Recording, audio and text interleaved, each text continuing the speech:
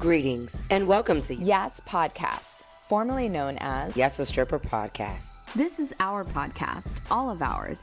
A podcast for all sex workers. In this podcast, we will discuss the ins and outs, ups and downs of our lives and experiences as sex workers. I am your host, Daisy Ducati. I am your heauxprahs, Gigi Holiday. I'm your stripper queen from the north, Onyx. I'm AM Davies, and this is YAS Podcast.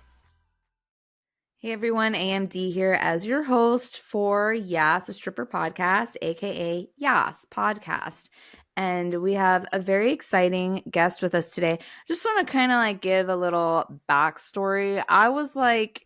It was requested that we do this particular interview today by Onyx Sachi, who is also one of the hosts of YAS, a Stripper Podcast. And, when Onyx comes up in my email inbox and asks me to do something, I'm going to do something because she is a stripper queen of the North, and I can't deny Onyx or anything she asks. She's amazing, and it's an honor to have her working on this podcast with us. So she said, AM, you have to interview my friend. And so I said, yeah, sure, whatever you need, queen. So that's where we are today. So today's guest, dating coach, very excited to get into this, Chantal Heide. Please say hello. Hi, my love. I am so happy to be here. This is exciting. Yes, I'm so excited. I've been totally stalking you on Instagram. I don't know if you noticed, but I liked a bunch of your stuff. So I don't know if you saw my name in a list. You know what I'm talking about? I was stalking you. Yeah. I love stalkers, by the way. Thank you for Absolutely. Before we get started, can you please share with us what your pronouns are? She, her. Perfect. And thank you for that. And also we must know, as we do with most of our guests, have you ever identified as a sex worker? Oh yeah. I was a stripper for 20 years, and that's part of my superpowers. I am a dating and relationship coach. I teach people how to choose the right person for a long-term relationship and then be the right person so that you sustain a healthy long-term relationship. I was a sober stripper for 20 years and a social scientist simultaneously. So when I sat across from them wearing high heels and makeup going, how did you feel about that? I'm not the wife, the girlfriend, or the therapist, and they got 4 or 5 drinks in them. They're telling me all the truths. I got all the data. Oh my God. I don't even know where to begin with that whole statement you just said.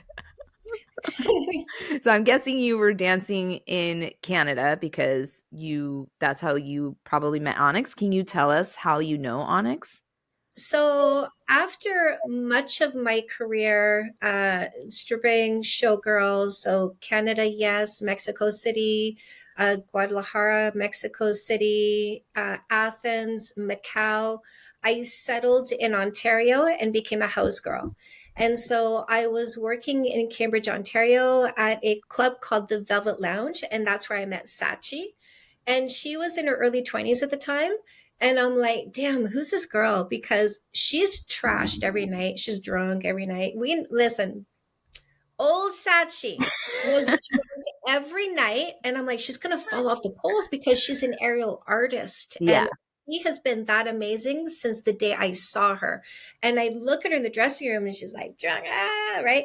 And then I'm like, oh, she's going to fall off the pole, right? And no, she nailed it every single time. Right. So I have known her for such a long time, and I've seen her, take this talent that she has, that she can exercise drunk out of her mind, and take it into this incredible talent, sober and meditating, achieving Miss New Canada twice, Miss New Universe. Yeah, her resume is extensive and highly impressive. So that's so interesting that she was equally as talented then as she is now, because I watch Onyx dance now and I'm just I'm blown away by the amount of talent that she possesses. So that's really neat. Yeah. So guess who her life coach is? Okay, I'm guessing that's you. Uh-huh. That's awesome.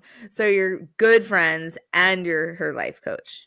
She calls me her best friend. Yes, she did call you her best friend in the email. Sorry, didn't mean to diminish that, but yeah. Listen, the best compliments are the ones done behind your back. I love that. Yeah, Absolutely. So I did want to ask, very particular. You said that you were in Macau. You used to dance in Macau.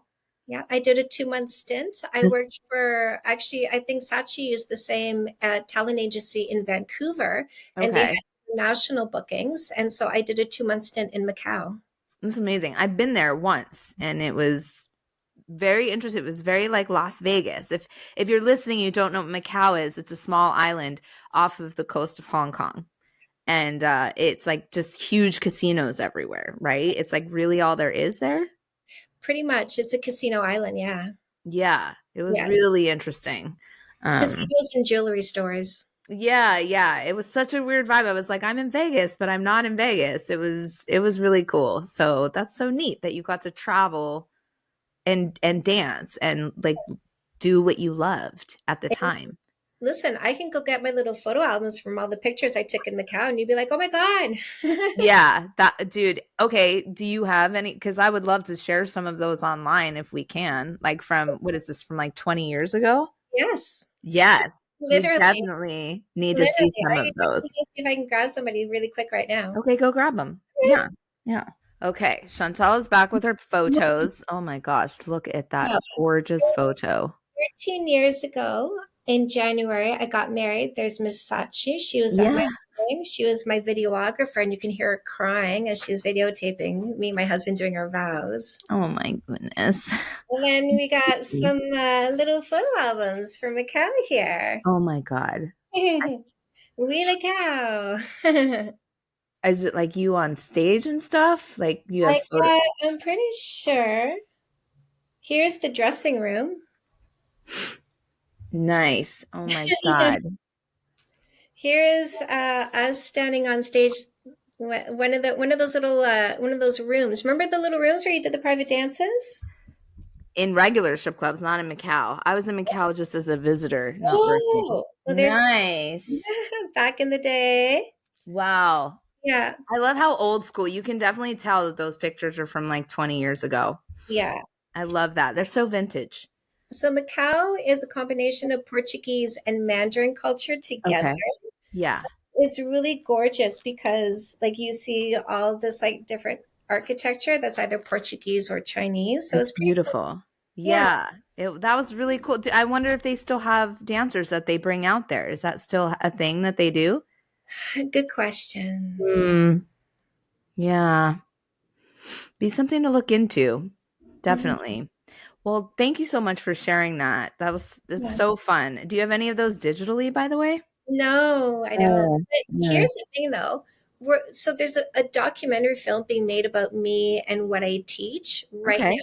So my what I call what I do the evolution revolution. So I teach women to evolve themselves. I teach them to evolve who they select.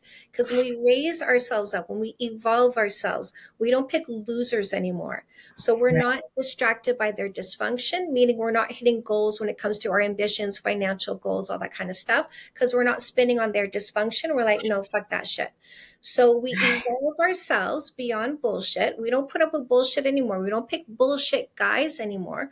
And because we evolved ourselves, we evolved our home. It's either happy and single or in a relationship and single, but never in a relationship being miserable. So the Right. evolution into happiness, because we control our environment. Now we're not being controlled. So if we have kids, monkey see, monkey do. Monkey see dysfunction, monkey do dysfunction. Monkey see a functional communicative relationship between two people who respect each other. They'll never put up with anything less than that themselves. So we change the next generation by changing our own choices. So the documentary film is called Evolution Revolution, after what it is that I'm trying to do. We're going to Okay. do a screening in Niagara Falls, October 25th, 2025. But they took some of my pictures, some of my old pictures. I'm going to include that in the film. They're going to be scanning them. Well, I'm watching your film as soon as it's coming out. I was obsessed with like even just now what you just did, like all of the stuff you just said. I'm like, yes. I'm here for that. And I'm so excited to get into the meat of what you do and to share a clip a little later in this episode about an interview that you did with someone. So yeah. So when I was on your Instagram, one of the things that I noticed is that you're selling, you have books, you have more than one. How many books do you have for sale right now? 11 books and 3 workbooks. Oh, snap. I thought it was like 4. Okay. So October 25th, 2025 is the 10-year anniversary of me being in business. So in 2015, I started writing. 2016 is when No More Assholes came out, my first book. And I've been writing ever since then. And I said 10 years ago, this is a 10-year plan to overnight success. If you go Google right now, who is Canada's best dating coach? This girl's name come up, me. Okay. And it doesn't say ad and it doesn't say sponsored because I earned my way there. Okay. That's amazing. Yeah, you definitely seem very focused.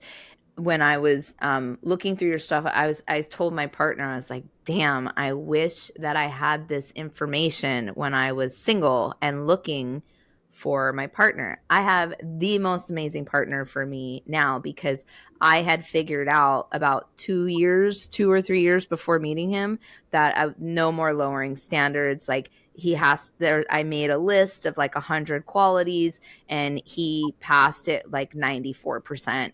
Exactly. And he's not an asshole like your book says. And he is like the most amazing person that I've ever met. But before meeting him, it was such a challenge because I was in a relationship for 7 years that I was miserable in. And he was doing and saying a lot of the things that you talk about. Like, for instance, one of the things that you mentioned was somebody said, oh, the guy I'm seeing like doesn't want to be in a relationship, but he says he loves me and I'm basically just like a hookup for him. And I've been through that years ago. Do you know which particular clip I'm talking about? Yes, I do. Yeah. Yeah. And your advice was just like if I had that, Yeah. Yeah. And that's why I have so many books because that's, some of my books I wrote because I was compelled to, and some of the books I wrote because I was asked to. And so I catch you on every step of the journey because I have so many people who say, I wish I knew this before. And I'm like, listen, Right. I'm getting you now. I'm going to give you the tools to help somebody else. So, for example, Dating 101. Like, this is me writing a book for teens designed for high school, for sex ed. I don't swear in that book. I start them in on the ground level. This is what attraction is. This is why you feel this way. This is your logical mind. This is above your biological body.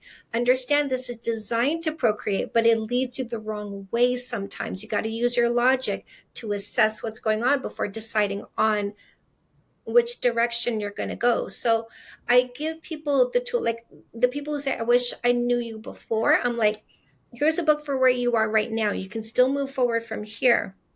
Here's a book for your friends so that you can give it to them before they make mistakes. And here's a book for your teens so you can help them before they make a mistake. Yes, I love that. Do you have books for people who are already in healthy, loving relationships? I do. So I have books that help you with your mental health. Like I have a Globe Journal. That was my latest release. It's a 2-month focused journey just about your self-esteem. I have Custom Made, which is career coaching because your fulfillment is an important contribution to your relationship, not something you try to take from somebody. So, identify your purpose, your talent, your passion, just like I did. The way that I got into this is asking myself, what am I already doing that I love? So figure yourself out and then monetize it so that when you're working, it doesn't feel like work. Like I don't have an alarm set, but I'm up before 7 o'clock in the morning most days. Like I'm looking at my clock, I'm raring to go. I'm like, it's still dark. I can't get up yet because I'm eager to get up and get going because I love what I do. Yeah, that's amazing. Yes, I feel the same way. I also wake up before the dang sun comes up. Feels great. We're going to take a quick break. We'll be right back. We love doing this work, maintaining a platform for sex workers to tell their stories, entertaining and educating the public. If you love our podcast, please consider donating. We are now a 501c3, so your donations would be considered tax deductible. Go to YASSwork.org/donate and easily send us some support to help keep this podcast going. That's YASSwork.org/donate. And we're back. Thanks for that short break. So one of the things that I noticed that you said on your when I was talking to you was that you know men. What do you mean by that when you say you know men?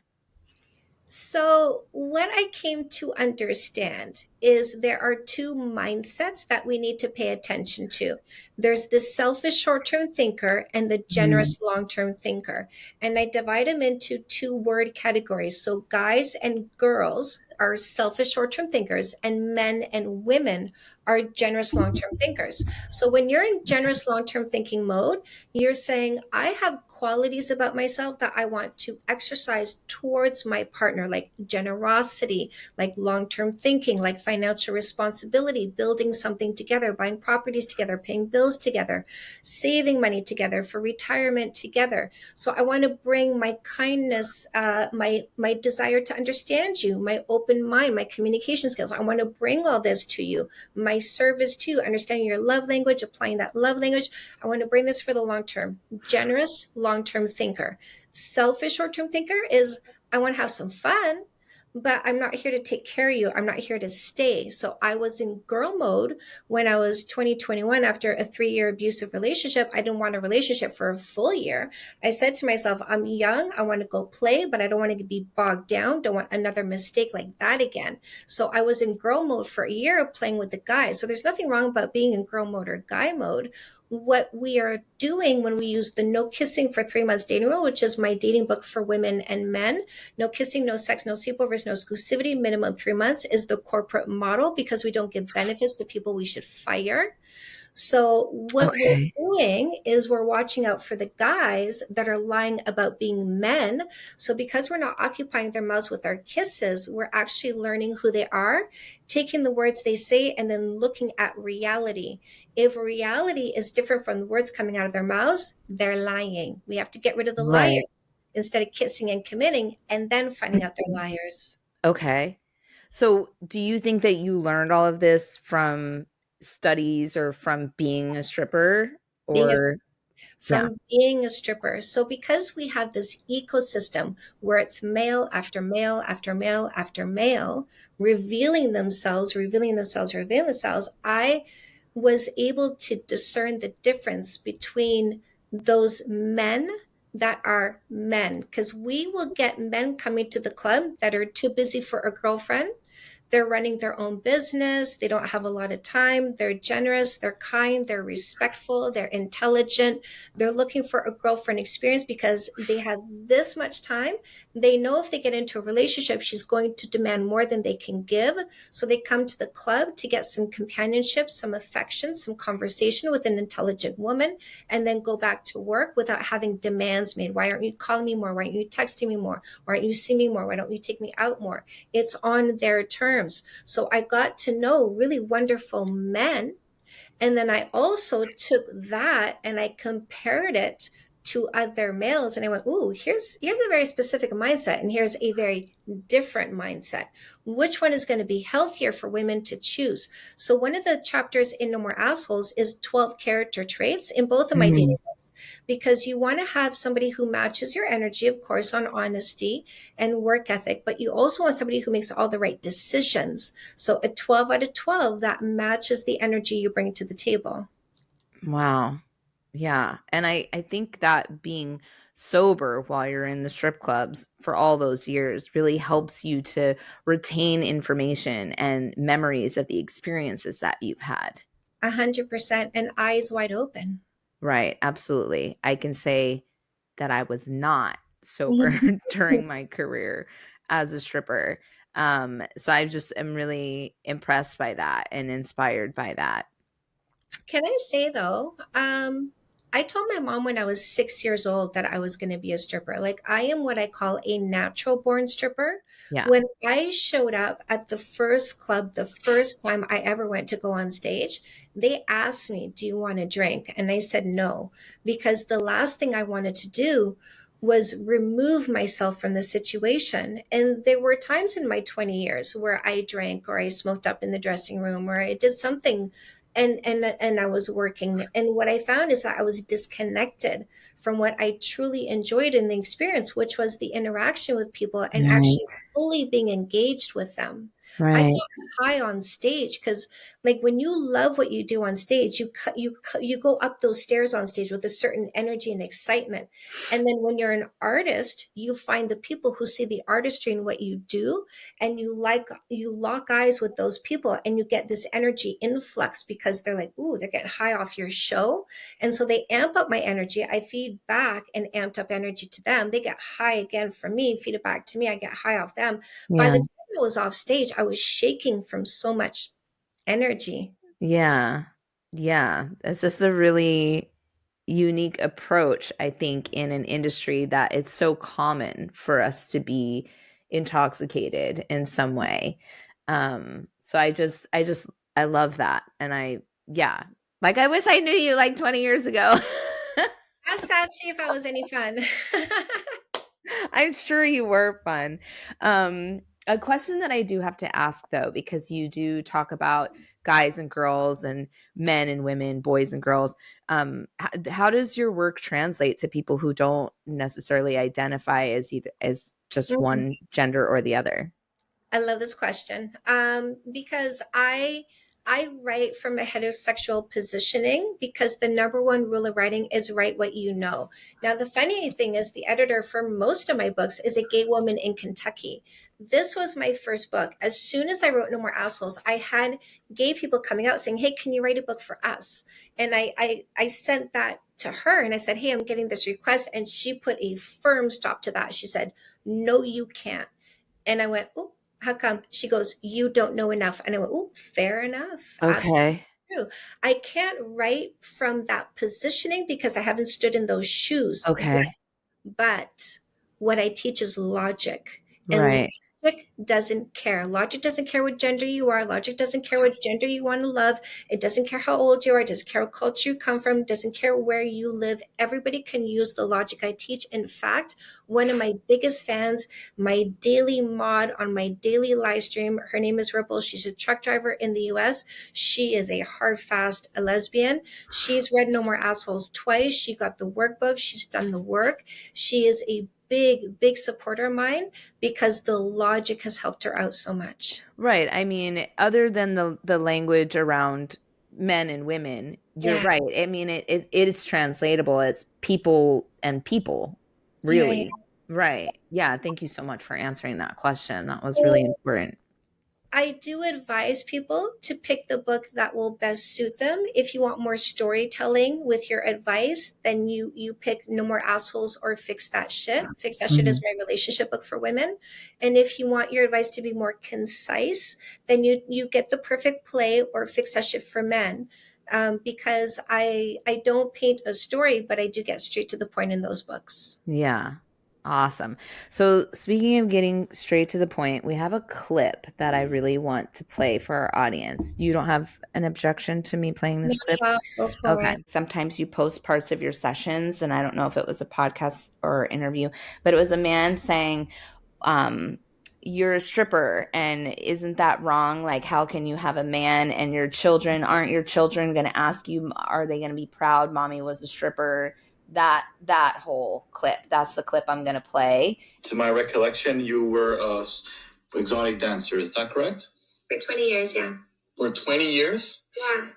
Okay. So do you think as a man, do you think someone would want to date a stripper or have their children's mother be a stripper for 20 years? You know how long I've been with my husband for? I do not know how long. How long? 18 years. 18 years. Fantastic. Great. Okay. So do you find any problem with that? Even with your kids telling them like, yeah, mommy was a stripper, guys would touch her? No. Not at all? No, not at all. Do you know why? Why? Because we believe in autonomy. And if I'm okay, why would the people that love me not be okay? Like, why would they have a problem with something I don't have a problem with? Because it's wrong. No, So so let's just be clear, right? Like, let's just use honest language because to me it's wrong because obviously it's not wrong to everybody, right? okay. Right? Of course. Sure. Okay. So do you think it's something that your children will look up to? Are they going to think like, mommy was such a hardworking person? They don't have, yes, actually, they're very proud of me. Do you think, if you don't mind, how many relationships have you had before you met your husband? What age do you want me to start at, honestly? Like in general, upon to the point where you met your husband? My question is, what was the outcome of that conversation? Had his perception changed at all after you had that conversation with him? And like, what's your overall thoughts on that particular session? Right. So that was somebody who called in during my live stream. And Okay. the outcome of that conversation was a block and delete. As it is with most of these people who come to me trying to convince me that body count matters. So the outcome was he didn't come to learn anything. So he actually didn't listen to my answers. He didn't respect my answers because they didn't align with his bias. And his bias was women should be ashamed of their consensual sexual history. My answers were not aligning with that. So I actually had to block and delete him I because see. disrespect. Wow. Well, I was also so thoroughly impressed with your responses because I was like, I would be punching through the computer, like how you just stay so chill. Like, not actually, I'm not going to fly into a violent rage, but that's like how I felt inside. And you're just like cool as a cucumber up there. Like, Because he was a tool, an educational tool, Yeah. to be precise. Exactly. And so, but here's the other thing too. There are so many people like that have that type of mentality. And then you have so many people like me who's been a sex worker for a long time. And then you try to have these relationships and you bump up against people with this mentality. So what advice would you have for sex workers who are trying to be in meaningful relationships and just having a really hard time with that? Dump the motherfucker. Yeah. Yeah. Dump him immediately because his ego is interfering with your finances. Mm-hmm. And you will look back after staying for too long because he's not going to let go of his dysfunction. He loves his dysfunction, which is why he keeps practicing his dysfunction on you day after day after day after day, attempting to wear you down. So what's happening? You're wasting your mental energy trying to think, what am I going to say? How am I going to say it? How can I present this to change his mind? Stop trying to change his mind. You're wasting your time and you're losing money. You have to get rid of the mistake instead of trying to change the mistake into somebody who's not a mistake. You made the mistake of picking somebody who's egotistically attached to what he cannot control. So get rid of him because you need somebody who's not egotistical. You need somebody who is a peer-peer dynamic, not parent-child. You need somebody who cares enough about you to not interfere with your emotional well-being, your mental well-being, because you're suffering when you're having all these arguments and fights trying to change his mind, but he doesn't care that you're suffering. And in the meantime, you go to work with less energy, less happiness, meaning you have less goodness to sell because the people coming to your job want to buy happiness. But when you don't have it to provide, you make less money. Right. Right. And all of this is in your many books also. How to choose the right person. Okay. So, right? Because I'm Canada's dating coach. I'm your dating coach, whether you're a stripper or not. I'm your dating Right. coach, whether you're rich or poor. I help you choose the right person, regardless of who you are and whatever your demographic is. I love that. I love that. And you have children, you're a mother. I have 2 stepkids. I didn't raise them. I didn't Okay. parent them. Okay. I got my tubes tied when I was 32 because I asked myself the 5 questions and came out with a resounding no. What were those 5 questions? So number 1, am I willing to sacrifice the money? So you got to do your research because it'll change depending on what country you're in. This is money that you make that you never see for savings, retirement, mortgage, fun, nada. You make it, gone. Number 2, by the way, North America and $230,000. Do I want to come up with 230 grand and never see it? I'd rather do fun stuff like Wait, that. what is that? Say that again. What is $200,000? $200,000, even with our Canadian healthcare, because Yeah. we got clothes, we got to pay for the diapers, got to pay for the food, got to pay for the medical expenses, Okay. got to pay for the education, right? So that's 230 grand that I see. off it goes. Number two, are you willing to sacrifice the time because your schedule is no longer yours? When you go to bed, when you get up, when you get to do your activities, that's not revolving around you anymore. That revolves around someone else, which leads to number three, are you willing to delay or sacrifice some dreams or goals because the money and the time is reduced? So are you willing to put yourself aside, the things that you wanted to do? Number four, can I not be insert name of abusive parental figure? For me, it was my mom. Can I not be violent and abusive like my mom? That was a no. I have to control my environment to not be a freakazoid. Okay. Number five, if through some accident, either inside the belly or out in the world, that child is now forever wearing diapers, being spoon fed, forever, will you take that on with grace? And the operative word is grace, like not resenting them because now you have a child always. If there's a no, I recommend not having a kid. Listen, here's the thing. I know that you got mad knowledge from being a stripper, but there's another source for you. There's something different about the way your brain works that you're so like organized and extremely thoughtful. What is that? Where does that come from? Is that okay to ask? I know that's not on the document. I'm just so curious. Thank you for asking that question. It's called universal knowledge. Mm-hmm. And when you watch all these thought leaders that you see on Oprah and all this, and you listen like the Brene Browns and the Joe Dispenzas, and you start lining up what they say, you find all these similarities, right? Mm-hmm. But they're saying all these similarities without talking to each other. And how is that happening? When you meditate, when you quiet your mind, you start getting information. So that is fundamental universal knowledge that we all can tap into if we just quiet the static in our heads. Okay. So Harvard did a study. They had people come in, do an MRI scan, and then meditate for 8 weeks and then come back, do another MRI scan. The amygdala shrink. That's the part of the brain that produces stress, fear, and anxiety. When you reduce stress, fear, and anxiety, you reduce the buzzing in your brain. Because when you feel stressed and anxious and fearful, all you can think of is, how can I stop this? Yeah. So when it stops, what are you going to think of now? That's when I started writing 11 books and 3 workbooks, because I started meditating and I stopped the noise. So I started downloading information. I mean, this conversation come at a better time considering what's happening in our world. We're recording this in January of 2025. I just want the audience to have some context.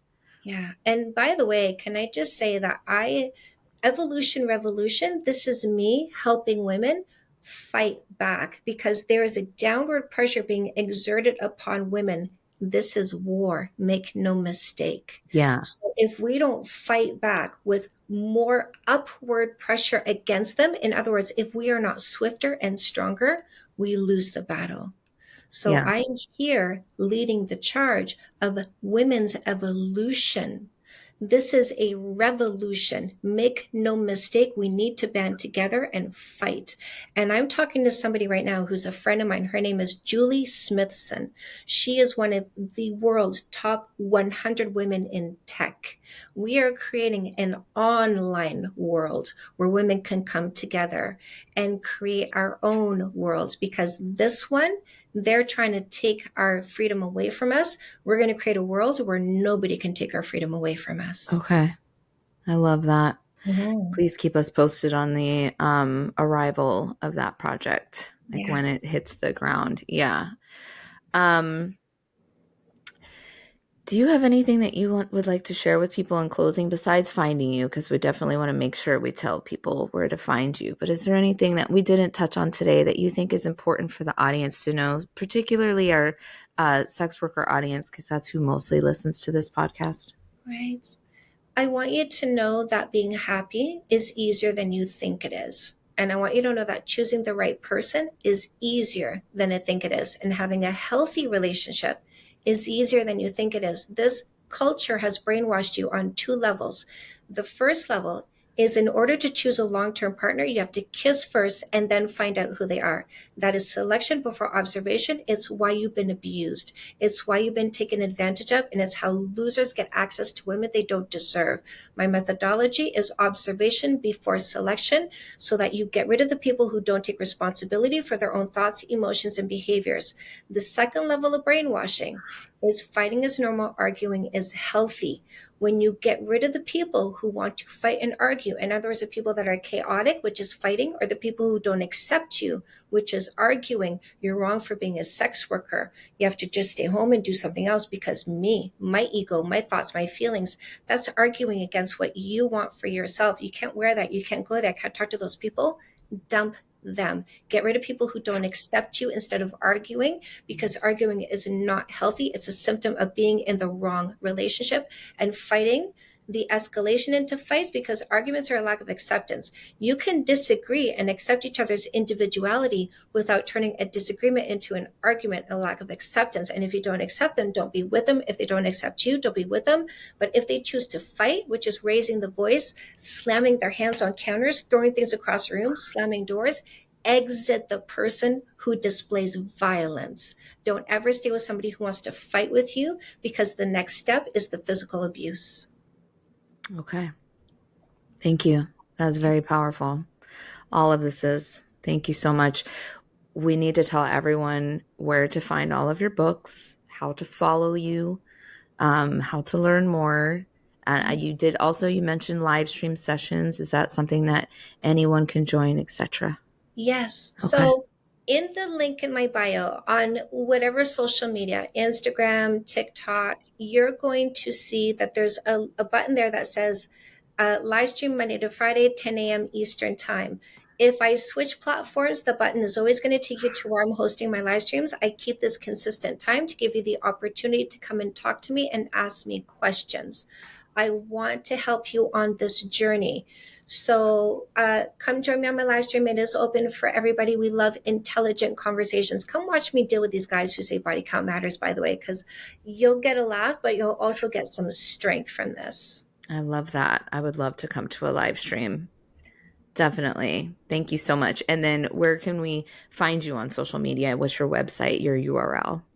Canada's Dating Coach is my website. If you forget my name, just type in Canada's Dating Coach.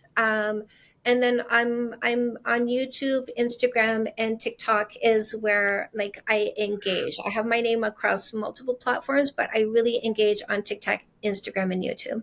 Canada's Dating Coach is the handle as well, right? Yeah. Perfect. It has been an absolute pleasure having you join us today. And I just want to absorb everything that you've said. I'll probably re-listen to this podcast myself and share it with people, because I know there are a lot of people, I think you had mentioned this. We've never been taught relationship before. We've never been taught how to accept each other, or to, know what we deserve in relationships. And so I'm really grateful that you're doing this work. Thank you so much for that. I love you for having me. Thank you so much. Yeah, absolutely. And thank you to everyone for listening. Please, please follow Chantal. Buy those books. Buy them all. Buy them. And go to the live stream. I'll see you at one of them at least. And thank you for listening. And thank you for our producer, Lisa Michelle, holding it down. And we will be in your ears for the next one. Have a great one. Bye. YAS Podcast is produced by YAS Work, which is a nonprofit dedicated to educating and entertaining audiences about sex work through media. Learn more about how you can get involved in the podcast and our organization by visiting YASSwork.org. That's YASWORK.org.